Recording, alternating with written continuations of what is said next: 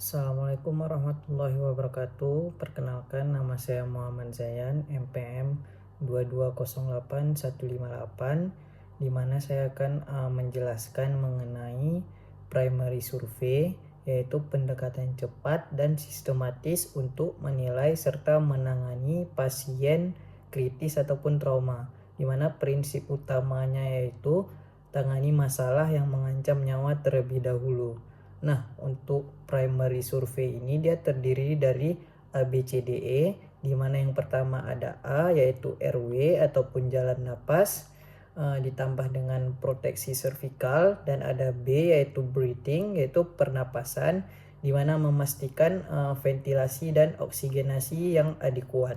Nah, lalu ada C circulation, di mana ini adalah tujuan utamanya itu menjaga perfusi dan mencegah shock. Lalu ada disability, di mana ini adalah status neurologis, di mana kita akan mendeteksi gangguan kesadaran dan neurologis. Nah, selanjutnya yang terakhir ada exposure, yaitu paparan dan pemeriksaan menyeluruh, di mana menemukan cedera tersembunyi. Nah, sekarang saya akan menjelaskan lebih detail. Yang pertama yaitu kita masuk ke poin yang A yaitu RW, di mana jalan napas. Kita juga memberikan proteksi servikal. Nah, untuk tujuannya itu kita harus memastikan jalan napasnya terbuka dan aman, tidak ada sumbatan seperti suara gorging ataupun suara lainnya. Itu penilaiannya. Yang pertama, apakah pasien bisa berbicara normal? Apabila iya, itu RW-nya clear. Apabila tidak, curiga adanya obstruksi atau adanya sumbatan di jalan napas. Lalu kita melakukan penilaian look, listen, feel, di mana look gerakan dadanya, lalu untuk listen kita dengar suara napasnya, dan untuk feel kita rasakan aliran udaranya. Nah, tindakan bila bermasalah itu kita bisa melakukan pertama buka jalan napas dengan metode ada jaw thrust ataupun head to chin lift. Lalu kita bersihkan sekret ataupun benda asing yang menyebabkan obstruksi itu. Apabila ada trauma, imobilisasi tulang servikalnya. Lalu lanjut ke risis sebelum lanjut. Nah, untuk poin selanjutnya yaitu ada breathing ataupun pernapasan, di mana tujuannya itu memastikan ventilasi dan oksigenasinya adekuat. Penilaian yang kita lakukan yang ada look, listen, feel, dan ukur. Di mana untuk yang pertama yaitu ada look, usaha napasnya bagaimana, apakah dinding dadanya bergerak simetris atau tidak. Lalu nilai, lihat apakah ada sianosis ataupun tidak. Lalu listen, di mana kita melakukan auskultasi paru. Lalu ada feel, di mana kita melakukan palpasi dan perkusi untuk mendeteksi apakah ada keabnormalan. Lalu kita ukur RR-nya dan SpO2-nya. Tindakan bila abnormal, beri oksigen, target SpO2-nya di atas 90%, lalu bantu ventilasi bila perlu, posisi semi sitting apabila bukan trauma, lalu jika curiga pneumotoraks, lakukan tindakan needle thoracostomy, lalu risis.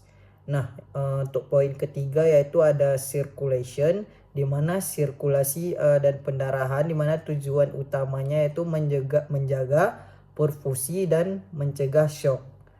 Untuk penilaian yang kita lakukan yaitu kita nilai nadinya, lalu kita nilai apakah dia mengalami kepucatan atau tidak, lalu kita lihat apakah ada pendarahan eksternal, lalu perfusi kulit, lalu kita lakukan CRT, dan kita nilai tekanan darahnya, dan kita hitung denyut jantungnya. Nah, apabila tindakan bila abnormal, yaitu pertama kita kontrol pendarahannya terlebih dahulu. Lalu kita ambil sampel darahnya dan lakukan resusitasi cairan dan berikan epinefrin bila ada indikasi. Jika SBP-nya di bawah 90 itu kita menandakan ada curiga akan shock. Lalu kita masuk ke poin keempat yaitu disability, di mana itu adalah status neurologis, di mana tujuan utamanya yaitu kita mendeteksi apakah ada gangguan kesadaran dan neurologis pada si pasien. Nah, penilaiannya yaitu ada APU, yaitu alert, voice, pain, dan unresponsive. Lalu ada juga kita menilai gula darah jika tidak. Lalu kita menilai kejangnya, menilai pupilnya, menilai kekuatan dan tonus ekstremitasnya, dan menilai nyerinya. Nah, kita bisa melakukan pemeriksaan GCS.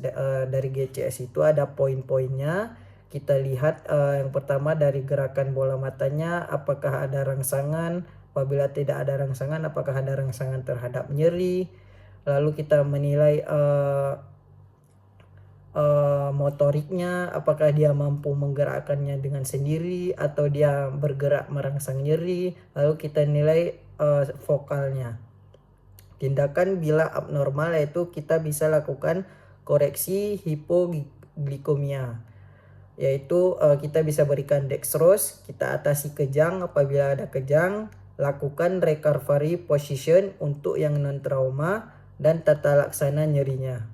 Lalu untuk yang terakhir yaitu ada exposure, di mana paparan dan pemeriksaan menyeluruh, di mana tujuan utamanya yaitu menemukan cedera tersembunyi. Kita nilai itu suhu tubuhnya, kita nilai lukanya apabila ada, kita nilai pendarahannya, kita nilai kontusionya.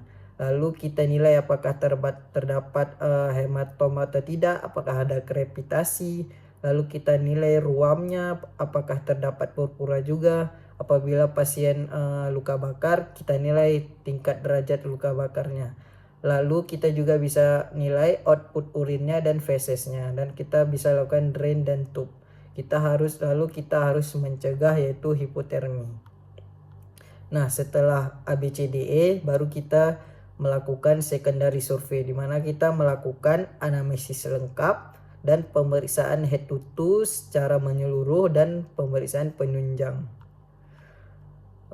Untuk pesan kuncinya untuk ABCD itu harus berurutan, setiap tahap nilai, tangani, dan resist. Jangan lanjut bila tahap sebelumnya belum stabil. Fokus utama adalah keselamatan pasien.